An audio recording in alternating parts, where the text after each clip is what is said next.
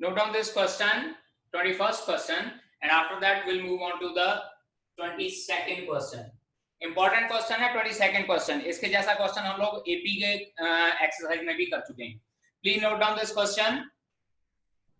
Now next question is 22nd question. It is given in this statement that if pth, qth and rth term of GP, TP given है, TQ given है और TR given है, is given as small a, small b and small c respectively. This is small a, this is small b and this is small c. अगर हम लोगों को ये small a given है तो I can write it like a r raised पर p minus 1 which is equals to small a.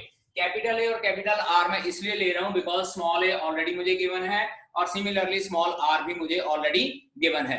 That's why I am taking here as capital A and capital R. इसी तरह से A capital R raised to power q minus 1 is equals to b and it implies a capital R raised to power small r minus 1 is equals to c. Now this is equation number 1, this is equation number 2 and this is equation number 3. अब इस question में हम लोगों को कहा गया है prove that a raised to power q minus r. Now अब देखिए बेटा जी a raised to power q minus r multiply है, यहाँ डॉट का मीनिंग होता है मल्टीप्लाई है b into b raised to power r minus p multiply है c raised to power p minus q. इसको हम लोगों ने 1 के बराबर प्रूव करना है. अब यहाँ पे जो स्मॉल a, स्मॉल b और स्मॉल c की वैल्यू आई है वो हम लोग वैल्यू इसमें पुट कर देंगे. So it will become equals to a into r raised to power p minus 1 सारे की power q minus r multiply by a into r raised to power q minus 1 सारे की पावर हमारे पास हो जाएगी r minus p. इसी तरह से multiply by a into r raised to power ये हमारे पास हो जाएगा small r minus 1 and raised to power p minus q. जब multiply करते हैं अब देखिएगा यहाँ पे a raised to power q minus r multiply by a raised to power r minus p multiply by a raised to power p minus q multiply by r raised to power पहले हो जाएगा p minus 1 into q minus r. देखिए जरा मैंने a वाली term अलग की है और r वाली टर्म्स अलग की हैं.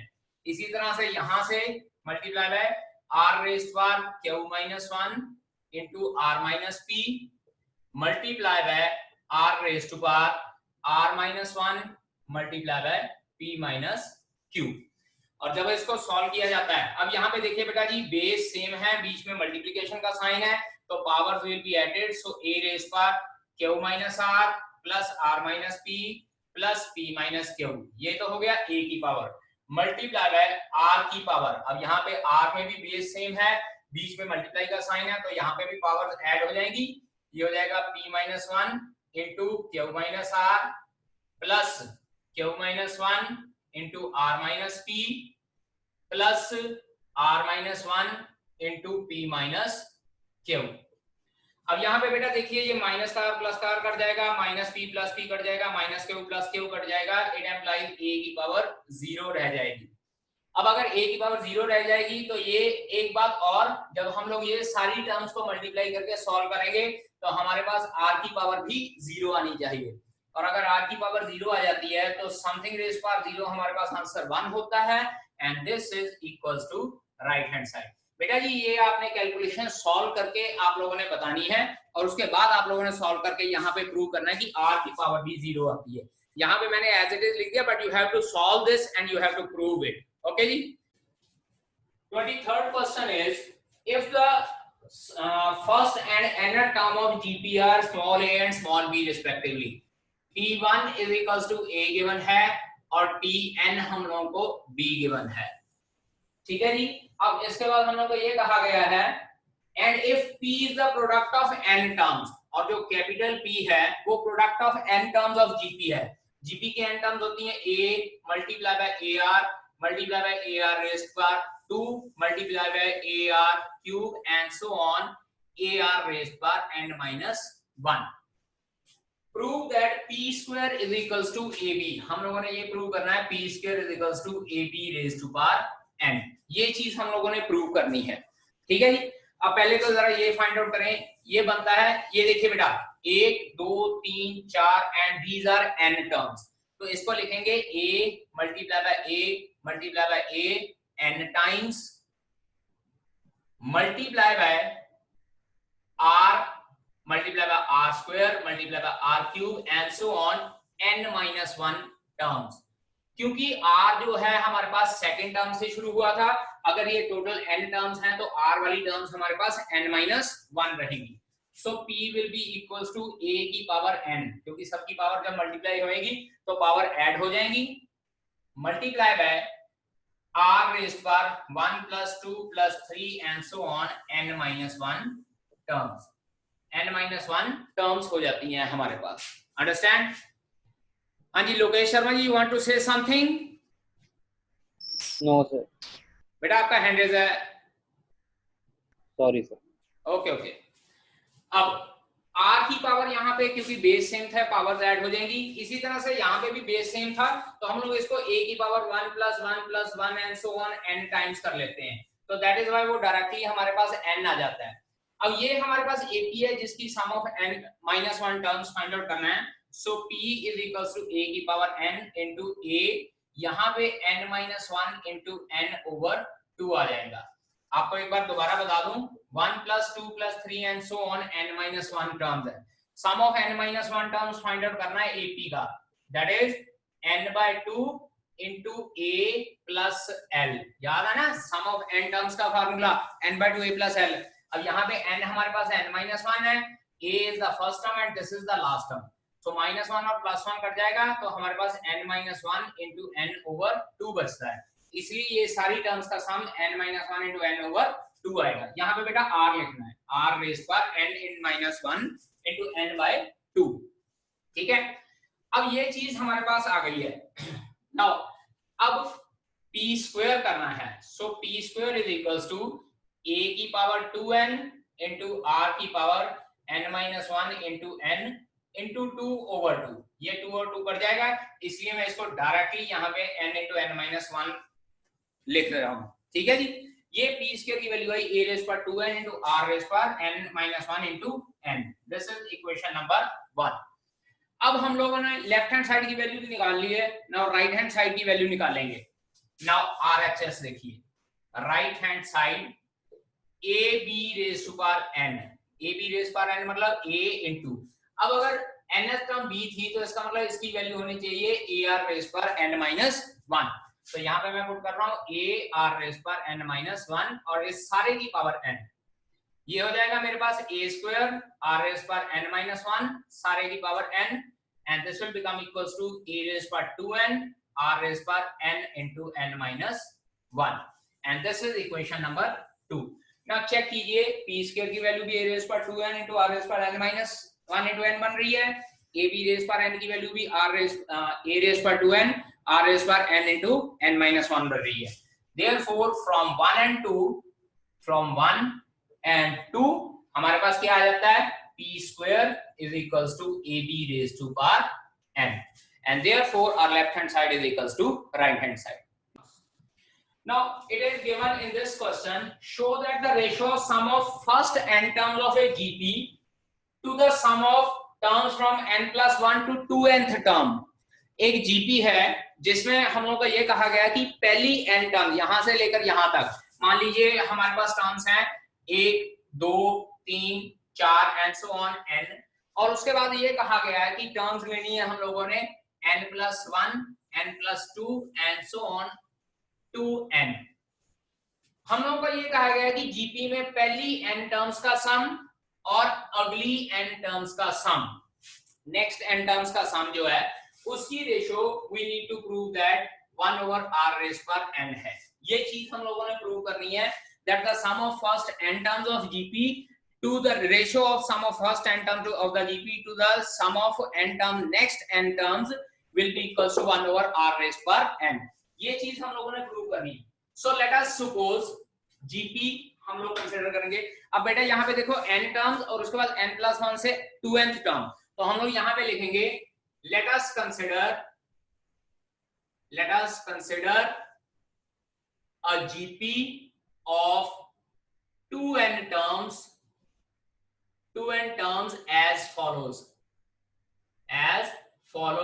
that is a ar AR square and so on AR raised पर n-1। ये तो हो गई पहली n टर्म्स, और उसके बाद n+1 टर्म हो जाएगी ARn, AR raised पर n+1, AR raised पर n+2 and so on AR raised पर 2n-1। क्योंकि 2n टर्म्स है इसलिए हम लोगों को इस तरह से इन बिटवीन की टर्म्स भी लिखनी पड़ेगी। अब अगर हम लोग ये टर्म्स लिखते हैं AR square and so on, AR raised पर n, AR raised पर 2n+1, AR raised पर n+2 and AR raised पर n-2n-1। Now we need to prove let Sn be the sum of first n terms and Sn dash be the sum of next n terms। बेटा जी दोबारा बता रहा हूं, Sn पहली n terms का सम है and Sn dash अगली n terms का सम है, क्योंकि टोटल हमारे पास 2n नंबर ऑफ टर्म्स हैं, तो इसके बाद हमारे पास Sn डैश आ जाएगा। So Sn will be equals to a into r raised पर n-1 over r-1। ये हो जाएगा हमारे पास Sn और Sn डैश। अब Sn डैश अगर हम लोग यहां से फाइंड आउट करना चाहें तो देखिए फर्स्ट टर्म क्या बनती है AR रेज़ पर n, और उसके बाद कॉमन रेशियो क्योंकि GP सेम है, so common ratio will be same R raise पर n-1 ओवर r-1 ही रह जाएगा हमारे पास। नंबर ऑफ टर्म्स ये भी n है और ये भी n है, इसलिए यहाँ पे R रेज़ पर n, यहाँ पे भी R रेज़ पर n, और कॉमन रेशियो क्योंकि थ्रू आउट सेम होती है इसलिए यहाँ पे भी R लिख लिया है और यहाँ पे भी R लिख लिया है। सिर्फ डिफरेंस हमारे पास आया ये फर्स्ट टर्म का, यहाँ फर्स्ट टर्म a थी और यहाँ पे फर्स्ट टर्म AR रेज़ पर n है। नाउ अब हम लोगों ने रेशियो फाइंड आउट करनी है Sn over Sn dash. It will be a R raise पर n-1 over r-1 over AR raise पर n R रेज़ पर n-1 ओवर r-1। a और a कट जाएगा, ये सारी टर्म के साथ कट जाएगी और ये हमारे पास 1 ओवर r रेज़ पर n आ जाएगा, और यही चीज हम लोगों ने प्रूव करनी है that the ratio of these terms is 1 over r raised per n। Understand? So note it down beta in GP, given that A, B, C, D are in GP, और अगर मैं ये GP में है it implies B is equals to AR, C is equals to AR square and D is equals to AR cube। GP में है तो बाकी की तीन टर्म्स कॉमन रेशियो के साथ मल्टीप्लाई हम लोग कर लेते हैं। पहली term as it is A रहेगी, दूसरी टर्म AR, तीसरी term AR square and fourth term will be equals to AR cube. Now we need to prove that a square plus b square plus c square, हम लोगों ने ये prove करना है to prove a square plus b square plus c square multiply by b square plus c square plus d square, b square plus c square plus d square is equals to AB plus BC plus CD, AB plus BC plus CD whole square। I need to prove this thing, a square plus b square plus c square into b square plus c square plus d square is equals to AB plus BC plus CD का whole square prove करना है। Now ऐसे करते हैं, इसको left hand side पहले ले लेते हैं, LHS was a square plus b square plus c square multiplied by b square plus c square plus d square। ऐसे करते हैं, यहाँ पे b, c और d की वैल्यूज पुट कर देते हैं। It will be equals to a square plus AR का whole square plus AR square का होल स्क्वायर। इसी तरह से यहाँ पे AR का स्क्वायर प्लस AR स्क्वायर का whole square plus AR cube का होल स्क्वायर। ये टर्म हमारे पास बनती है a square plus a square r square plus a square r raise पर 4, और ये टर्म हमारे पास बनती है a square r square, a square r raise पर 4, और ये बनती है a स्क्वायर r रेज़ पर 6। पहली ब्रैकेट में से a स्क्वायर कॉमन निकलता है, वो मैंने बाहर निकाल लिया है a स्क्वायर। मेरे पास यहाँ बचा 1 plus r square plus r raise पर 4। दूसरी ब्रैकेट में देखिए a स्क्वायर r रेज़ पर 2 कॉमन निकलता है, तो a square r square common निकाला, यहाँ पे और यहाँ पे भी हमारे पास बचता है 1 plus R square plus R raise पर 4। और जब इसको सॉल्व करते हैं ये आता है ए रेज पर 4 R square into 1 plus R square plus R raise पर 4 का होल स्क्वायर। ये बना है मेरे पास लेफ्ट हैंड साइड। अब बात करते हैं राइट हैंड साइड। इसको इक्वेशन नंबर 1 लिख लेते हैं। Right hand side RHS AB प्लस BC प्लस CD का होल स्क्वायर, AB प्लस BC प्लस CD का होल स्क्वायर। और जब हम लोग इस होल स्क्वायर के में वैल्यू पुट करते हैं, this is A into AR plus AR into AR square plus AR square into AR cube whole square. ये मल्टीप्लाई होके हमारे पास आता है A square R plus A square R raised पर 3 plus A square R raised पर 5 and whole raised पर 2। अब देखिए यहाँ पे A स्क्वायर R कॉमन निकलता है थ्रू आउट द ब्रैकेट।